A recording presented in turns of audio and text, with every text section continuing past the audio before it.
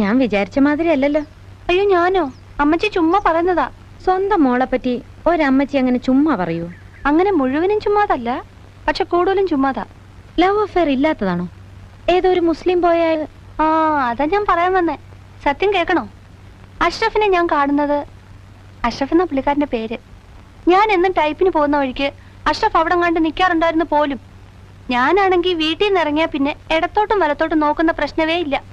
വീട് type writing institute, type writing institute വീട്, അങ്ങനെ.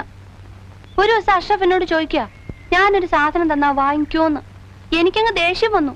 എന്നാൽ എന്താ സാധനമെന്ന് നമ്മളൊന്ന് അറിഞ്ഞിരിക്കണമല്ലോ. അത് ആ നോക്കുമ്പോഴെന്താ ഒരു കത്ത്. കരണക്കുറ്റി നോക്കി ഒന്ന് പൊട്ടിക്കാൻ ആദ്യം എനിക്ക് തോന്നിയത്. പിന്നെ ഞാൻ ആലോചിച്ചു, അത് വേണ്ട. കത്തിൽ എന്താ എഴുതിയിരിക്കുന്നത് നമുക്കറിയണ്ടേ. പിന്നീട് ആ മനുഷ്യൻ കത്തോട് കത്താണ്. ഒരിക്കലും വാങ്ങിച്ചു പോയില്ലേ, പിന്നെങ്ങനെയാ വേണ്ടെന്ന് പറയുന്നേ.